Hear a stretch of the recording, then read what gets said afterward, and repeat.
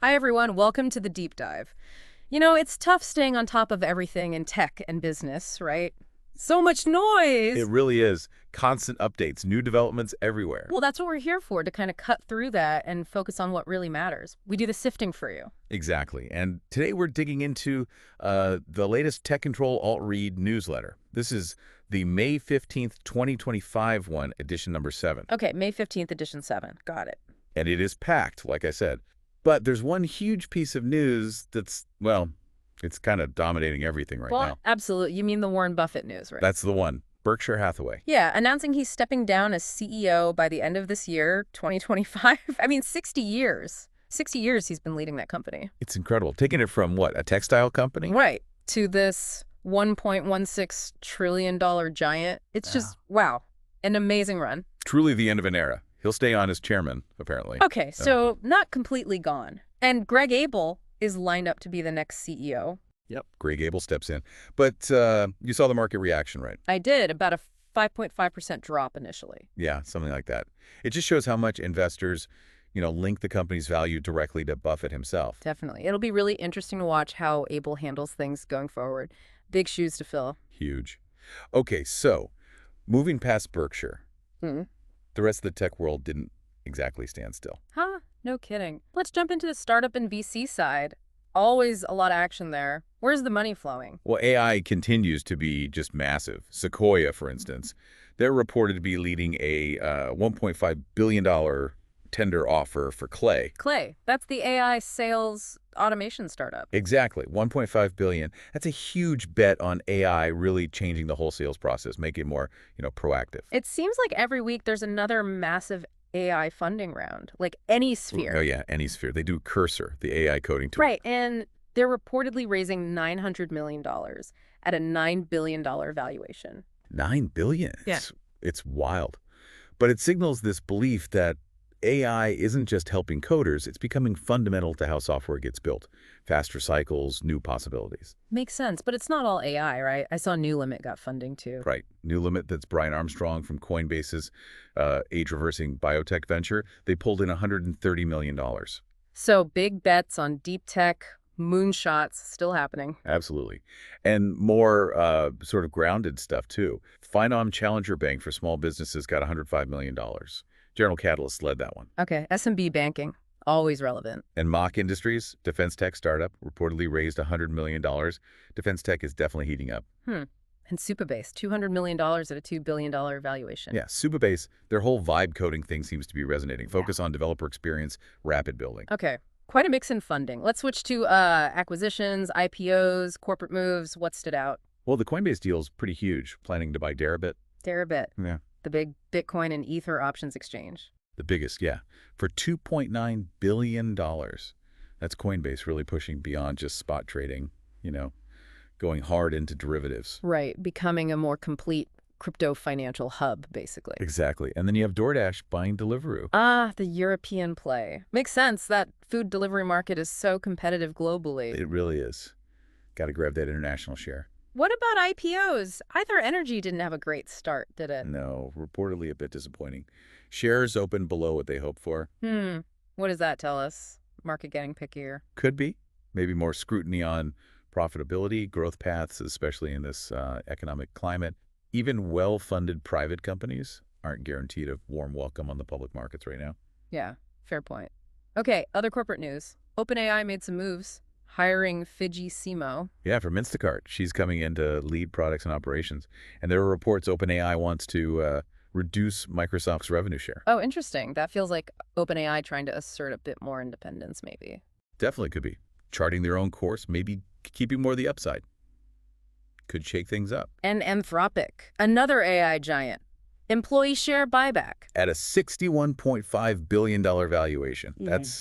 That's massive confidence internally. Yeah. Good way to keep talent happy in this crazy competitive AI space, too. $61.5 billion. Wow. Okay, let's dive deeper into AI itself. So much happening. It really is accelerating. And what's cool is seeing it become more practical, like Google's implicit caching. Right, making their AI models faster, maybe cheaper to run. Potentially, yeah. optimizing access, and they also rolled out AI scam protection in Chrome. Yeah, That's directly helping users. it's good to see. And Netflix is getting in on generative AI, too. Yeah, with a new search tool. Imagine searching like that movie with the weird scene in the diner or a feel-good movie set in Italy. Huh. That'd be useful, actually. More intuitive searching. Exactly. And speaking of big players, there's that reported partnership between Apple and Anthropic. Oh, yeah. For an AI coding platform. That's the report. Apple partnering like that. It's a big deal. Shows they see Anthropic as a key player. Definitely. And Amazon's still pushing hard on AI, tools for product listings. Yep, helping sellers optimize. And also developing their own internal AI coding tools, like we talked about with AnySphere and OpenAI Microsoft. Everyone wants their own code helper, it seems. And it seems Microsoft's strategy, integrating AI everywhere, is actually starting to pay off financially, showing real results. Okay, let's shift from pure AI to general tech apps. We lost an old friend, Skype. Yeah, shut down after 23 years. Kind of sad, really. It was revolutionary back in the day. It really was, but, times change. Teams, Zoom, Slack, lots of competition now. True. And speaking of changing tech, Meta is apparently looking into facial recognition for their smart glasses. Ooh, that's controversial. Convenience versus privacy, the usual battle. Always. Then there's Amazon again, but in the physical world. New warehouse robot. With a sense of touch. That's interesting. Better handling for delicate stuff, maybe? Yeah. More automation potential? For sure. And the self-driving race is heating up, too. 9 startups challenging Waymo. Wow, 9. Okay, so it's not just Waymo and Cruise anymore. More competition's probably good for innovation there. Definitely. On a lighter note, Instacart launched Fizz. Fizz. Oh, for party drinks and snacks specifically. Yeah, kind of a niche focus. Interesting diversification. And Adobe keeps improving Firefly, right? Big one, yeah. New image models, new web design. Yeah, the creative AI tools are just getting better and better. Really impressive stuff. Okay, let's talk cloud. The infrastructure behind all this, Amazon's investing heavily in Chile. Yeah, $4 billion for a new AWS region down there. Big push into Latin America, tapping into that growing demand. And Wall Street's noticing the infrastructure angle, too, data centers as a top investment theme. Apparently so, yeah.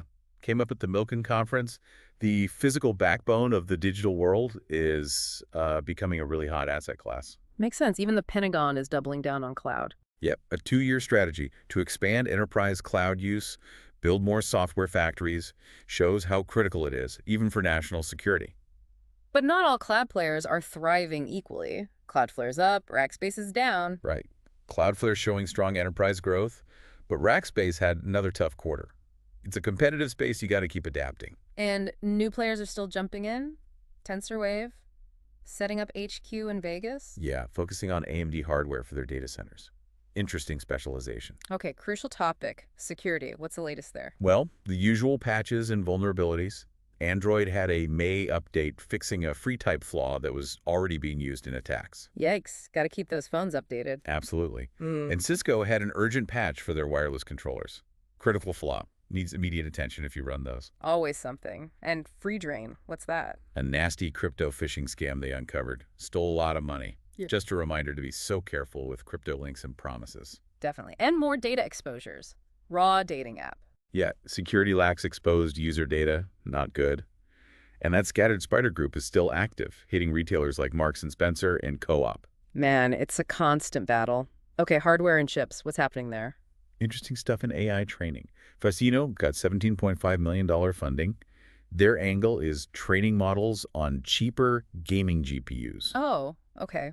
Trying to make AI development more accessible. Seems like it. And just generally, AI chip startups are still popping up, trying to meet that insatiable demand for processing power. Meanwhile, the established players are doing well. Sesak's profits are up. Soaring, apparently. Just huge demand for all kinds of chips. And Apple might be changing the iPhone launch schedule, splitting the iPhone 18 in 2026. That's the rumor. Could be for supply chain reasons or maybe marketing. We'll see. And on the more futuristic home front, Pasha, a meal cooking robot. Yeah, countertop robot. Still early days for that kind of thing, but it's a peek at where home automation might go. Okay, nearly there. Fintech, lots of AI integration happening there too.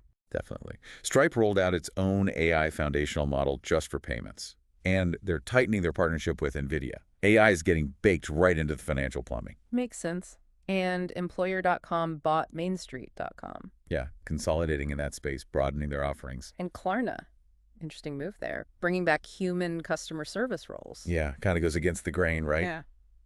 Suggests maybe AI can't handle everything in customer service, or customers still want that human touch sometimes. That's a fascinating counterpoint. And Finovate Spring happened. Lots of banking innovation showcased. Loads. AI, digital payments, customer experience, the usual hot topics. And partnerships, too, like FlexFactor and Valor Paytech working together on payment solutions. Okay. And just looking at the newsletter, there are so many conferences and events listed. Oh, yeah. Both recent ones and upcoming ones. Dell Tech World, DevOpsCon, Computex, GTC Taipei. Well, the list goes on. Plus, all the podcasts and vodcasts mention A16Z's, This Week in Startups, TechCrunch, Y Combinator. Tons of deep dives happening everywhere. It just shows how much knowledge sharing and just sheer activity there is across all these tech sectors. Constant learning required. Absolutely. Which brings us nicely to our tech tip of the week. Also from the newsletter, this one's for Outlook users. Oh, okay. What do we got? It's about scheduling emails. You know, sometimes you write an email but don't want it to send right away. Yeah, definitely. Late night emailing, maybe. Exactly. Well, in Outlook, when you're writing the email, you can go to the Options tab, and there's a button for delivery. Okay. You click that, and you can set a specific date and time for it to actually go out. It sits in your outbox until then. Oh, that's really handy. Simple, but effective for managing when your messages land. Good tip. Right.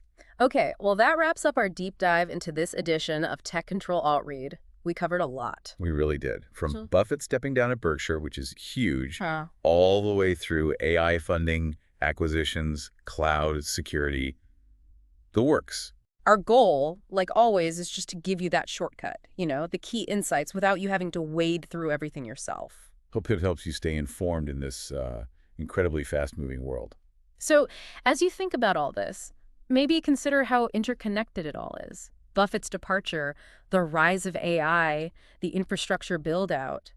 How do these things influence each other? Yeah, and maybe think about which single development we talked about today feels like it'll have the biggest ripple effect down the line, and why. Good question. Something to chew on. Thanks for joining us on the deep dive.